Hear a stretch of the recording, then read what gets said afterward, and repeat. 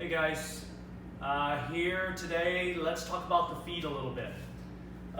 So, as you can see, I'm barefoot. I like to go as much of my day barefoot as I can, especially if I'm outdoors and on a nice surface like a grass or dirt or somewhere that's just not rough and I don't have any potential of really hurting my feet. So I like that just for the input it gives into my feet. I like that for the grounding effect of just connecting to the earth. And I like that for better strengthening my feet, using the intrinsic muscles of the feet, not having them sitting on a constant padded rubber sole. All right, so with these exercises I'm going to show just for general foot health and strength, I suggest doing them barefoot for sure. Now, some of the exercises might be a little bit difficult and more advanced for a lot of people. They might require a little more strength. So if you can't do them or if they're painful, just skip that exercise that I'm going to show. And then, chip away at it over time as you strengthen your feet up, as you go barefoot more, as you try to perform these exercises and give it time. It can take weeks to months to years. It takes a while to change structure and to change the movement patterns and the strength and flexibility of structure. So you have to be patient. So what we're going to do is just start with this simple exercise, which I use with people, and I find that it's hard for a lot of people to lift their toes up. So you're just resting on the heels and then the balls of your feet. So you kind of think about a tripod, right? I can feel my heel as the back point of the tripod, my big knuckle of the big toe, and my little knuckle of the fifth toe, sort of like a tripod, starting like this. Right? And so I can rest on those, I can lift my toes, and I can spread my toes out nice and wide. Hold it, not struggle, not cramp, just hold it 5-10 seconds, and then drop my toes back down and feel them on the ground. Lift up, hold. I'm trying to spread my toes apart. I'm thinking about bringing the insides of my big toes towards one another. And then relax. I'll use this one as part of a protocol for people that have a bunion, big toe issue. Lift, spread, try to see those spaces in between the toes, and then relax. Just drop, let it rest for a second. Lift, spread, and then relax. Let's do a few more. Lift, spread, waken those toes up. Give them space to breathe. Better align the big toe if you have any of that deviation that occurs with a bunion or a hallux valgus. Let's do one more. Lift, spread. Find that space. Balance on that tripod on each foot. And then relax. All right. Oldie but goodie. Up and down. Getting onto the balls of the feet. If this is hard for your balance, just be near something you can touch with your finger, a wall or a chair.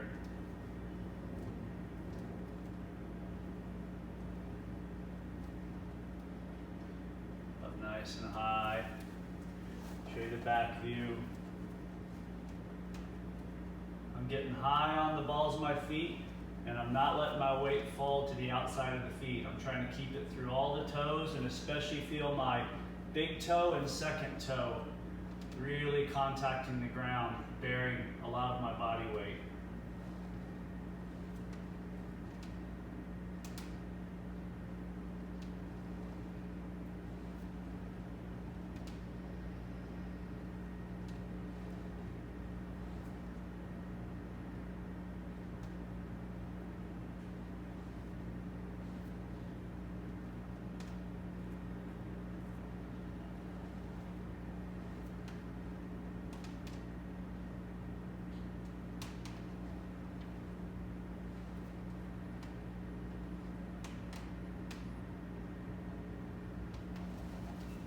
Okay, one more. Get up nice and high on the balls of the feet. And let's hang out up here for 10 seconds or so. Relaxing everything, just making yourself a couple inches taller by getting up on your tippy toes.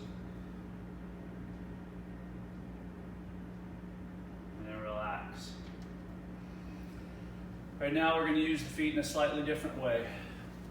You get a little bit of wide stance, keep your feet facing forward, and just shift your weight side to side. Sit your weight back as much as you can so you feel that you're bearing weight through the heels as well as the arch of the foot.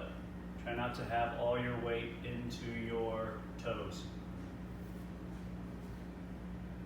Simple shifting. Can I take the center of mass? Can I take basically my center right here?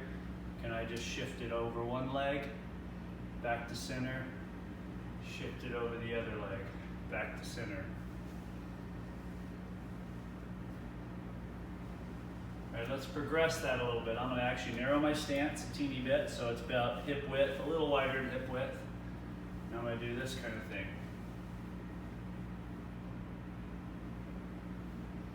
So I shift, I lift this leg, I turn my belly button to face to the left.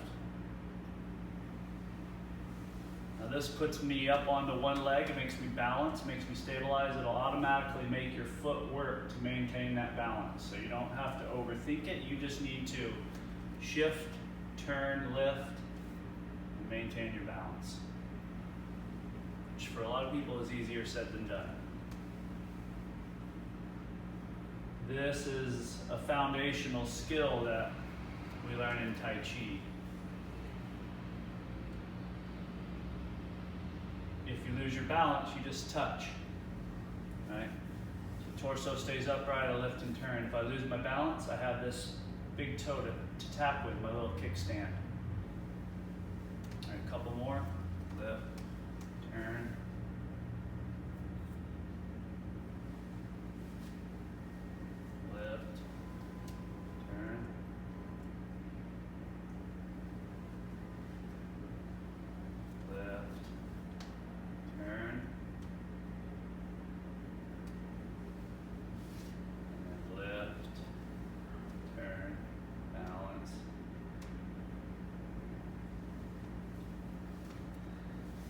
Okay, now, instead of going up onto the balls of our feet with a straight knee, we're going to now bend our knees. We're going to get low, but now we're going to get a little taller without bending our knees.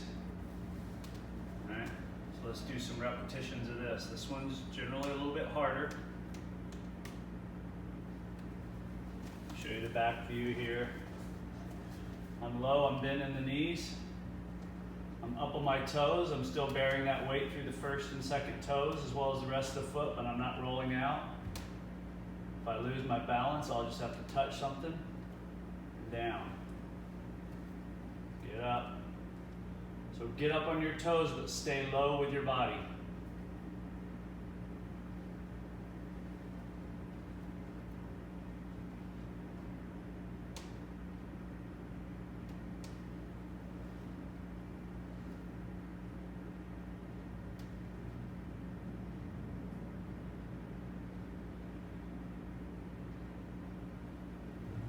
Do another, go on, get up there, turn around, down, one more, now up, get up there and stay, maintain your balance. If you lose it, just come back or hold on to something. Try to stay nice and upright here. Feet have to work for sure here, there's no way around it. Now relax. Okay, let's go just into this stance.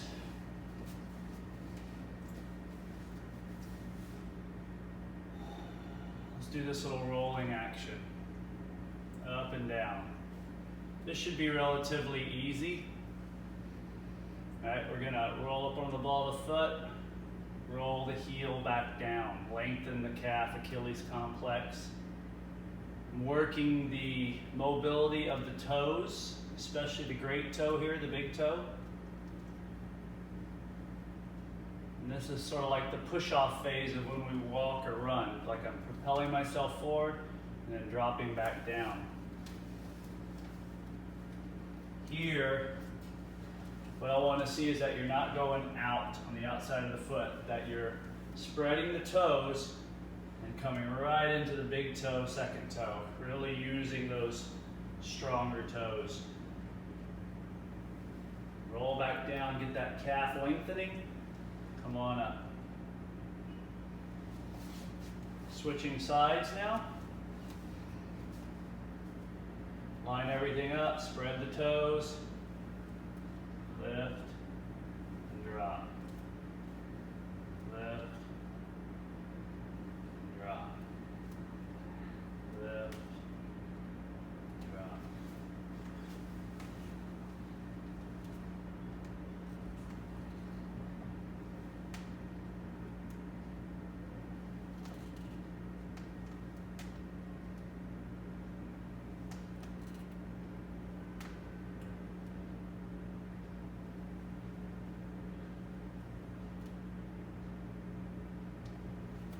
Okay, now here we go. Exercise I like to use for a lot of things, and one of them being strengthening of the foot, lower leg. I'm going to balance on my right leg. I'm going to keep the knee slightly bent, at least slightly bent. You can bend a little bit more. I'm going to do this kind of action. This seesawing effect, hip hinging effect. Now when I tip my weight forward, you can feel how the weight shifts into the forefoot a little bit. And you can see how, or feel how the foot really has to work to grasp the ground to maintain your balance. Now, this is hard for a lot of people to maintain their balance. So if you can't keep your balance, don't try to get your torso parallel with the floor. Right, what you would do is, you would just do a little tip. You would just try to hold that. This is totally fine. It gives you a great little foot workout. And if that's even too hard, then you just stand here and you balance on one leg. That alone is a good foot exercise. One-legged balance, invaluable.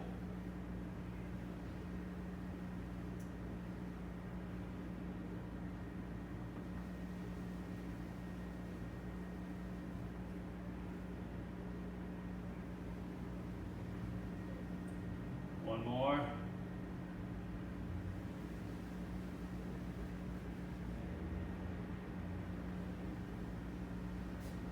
Coming to the other side now. Now I'm on my left leg. I'm getting my balance first, making sure I'm balanced on one leg before I start moving. Keeping a little bend in that left knee. You can bend it more if you need to, if you have tightness in your hamstrings. And then finding where I can challenge myself. Body's like a seesaw. When my torso goes forward, that back leg comes up. And I'm trying to keep a straight spine, as straight as I can. Again, if it's challenging, you're just starting out with this exercise, I would do something like this. And for these, the slower the better.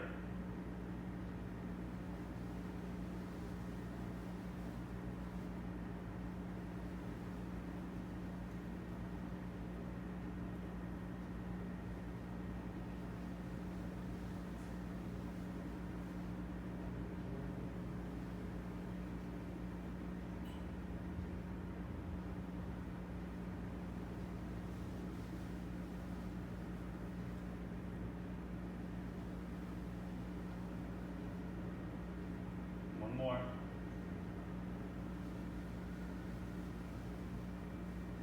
Hold it.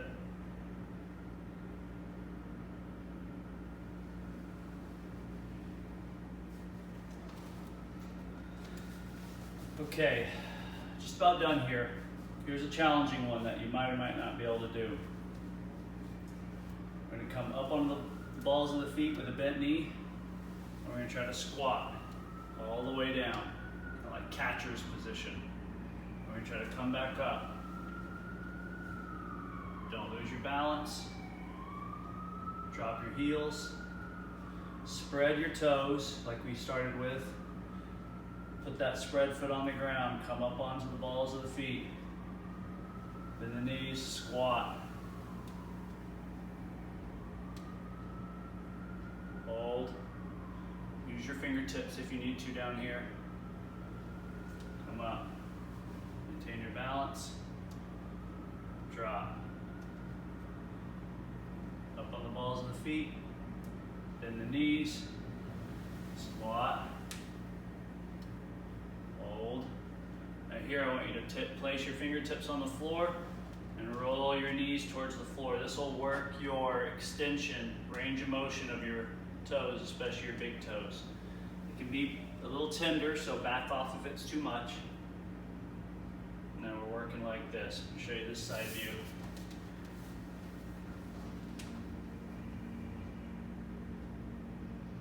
The closer your knees come to the ground, the more motion it demands. So again, if it's too intense, if your toes are a little stiff, you just go a little bit. And the more you bear your weight with your hands, fingertips or just palms, the easier it is on your feet and toes. Okay, now we're going to try to come back to catcher's position, regain your balance, come back up. All right, final thing, all that work, all that tension we just put into our feet, we're going to knock that out with just some shaking. Shaking is the challenge is, can I get the movement into my leg and foot but stay relaxed as I do it? So I have to be able to shake and relax, just like I'm doing with my hand and wrist. Shake and relax. Kick that tension out. Come back to here. Now I'm going to do it kind of fast like this. I want to see my foot just kind of dangling from my lower leg from my ankle. This one, if you go fast, you might have to hold on to something. It's a really nice way to end a routine like this. And my suggestion with this routine is to at least do it once all the way through, and if you have the time, try to do it 2 to 3 times all the way through, so you get a good, like, solid 20, 30 minutes worth of foot exercise.